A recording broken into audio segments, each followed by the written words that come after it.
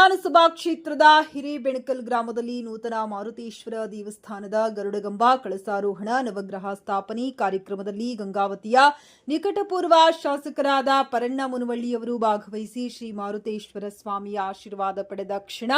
ಈ ಸಂದರ್ಭದಲ್ಲಿ ಮುಖಂಡರುಗಳಾದ ಎಚ್ಎಂ ಸಿದ್ದರಾಮಯ್ಯ ಸ್ವಾಮಿ, ಬುಡ್ಡಪ್ಪ ಅಂಗಡಿ, ವಿರೂಪಾಕ್ಷಪ್ಪ ಡಣಾಪುರ್, ಲಿಂಗಪ್ಪ ಇಂದರಗಿ, ಫಕೀರಪ್ಪ ಬೆಂಗೇರಿ, ವೀರೇಶ್ ಅಂಗಡಿ, ವೆಂಕಟೇಶ್ ಗಿಜಗಿ, ಪಂಪಾಪತಿ ಡೊಂಬರ, ಮಲ್ಲೇಶ್ ಡಣಾಪುರ್, ಮಲ್ಲೇಶ್ ಬೀಲಕಂಟಿ, ವೆಂಕಟೇಶ್ ನಾಯ್ಕ, ಮಾಂತೇಶ್ ಬಸಟ್ಟಿ ಇನ್ನಿತರರು ಹಾಜರಿದ್ದರು.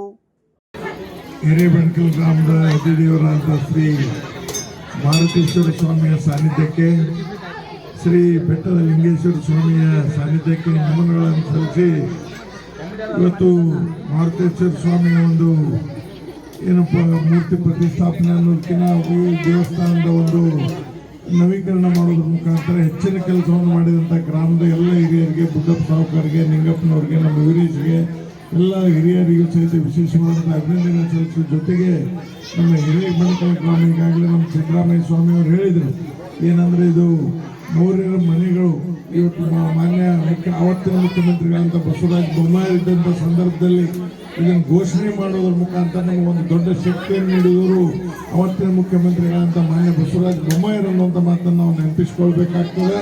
ಇವತ್ತು 3 ಗುಹೆಗಳ ಬಗ್ಗೆ ಈಗಾಗಲೇ ಎಲ್ಲ ರಾಷ್ಟ್ರದಲ್ಲಿಯೇ ಒಂದು ಐತಿಹಾಸಿಕ ಹಿನ್ನೆಲೆ ಇರುವಂಥ ನಮ್ಮ ಹಿರೇಬೆಣಕಲ್ ಗ್ರಾಮ ಇವತ್ತು ತನ್ನದೇ ಆದಂಥ ಕೊಡುಗೆ ನೀಡುವುದ್ರ ಜೊತೆಗೆ ಒಂದು ಸಂಸ್ಕೃತಿ, ಸಂಪ್ರದಾಯ, ಒಂದು ಪರಂಪರೆ ಉಳಿಸಿಕೊಂಡು ಬಂದಂಥ ಗ್ರಾಮ ಅಂದರೆ ಹಿರೇಬೆಣಕಲ್ ಗ್ರಾಮ ಅನ್ನುವಂಥ ಮಾತನ್ನು ಈ ಸಂದರ್ಭದಲ್ಲಿ ಹೇಳೋದ್ರ ಜೊತೆಗೆ ವಿಶೇಷವಾಗಿ ಇನ್ನೂ ಹೆಚ್ಚಿನ ರೀತಿಯಲ್ಲಿ ಈ ಗ್ರಾಮ ಬೆಳೆಯಲಿ, ಜೊತೆಗೆ ನಮ್ಮೆಲ್ಲರ ಸಹಕಾರ ಇದ್ದೇ ಇರ್ತದೆ. ಸಹಕಾರ ನಾವು ಮಾಡೋದಕ್ಕೆ ನಾವು ಕೊಟ್ಟ ದುಡ್ಡನ್ನು ಸರಿಯಾದ ರೀತಿಯಲ್ಲಿ ಉಪಯೋಗ ಮಾಡುವಂಥ ಕಾರ್ಯವನ್ನು ಗ್ರಾಮದ ಎಲ್ಲ ಹಿರಿಯರು ಕೂಡ್ಕೊಂಡು ಮಾಡ್ತಾ ಇದ್ದೀರಿ. ಅದು ಬಹಳ ದೊಡ್ಡದಾದಂಥ ಮಾತನ್ನು ಈ ಸಂದರ್ಭದಲ್ಲಿ ಹೇಳೋದ್ರ ಜೊತೆಗೆ ವಿಶೇಷವಾಗಿ ಗ್ರಾಮದ ಎಲ್ಲ ಹಿರಿಯರು ಸಹಿತ ಅಭಿನಂದನೆಗಳನ್ನು ಸಲ್ಲಿಸಿ 12 ಮಾತು ಮುಗಿಸ್ತಾ ಇದ್ದೇನೆ. ಎಲ್ಲರಿಗೂ ನಮಸ್ಕಾರ.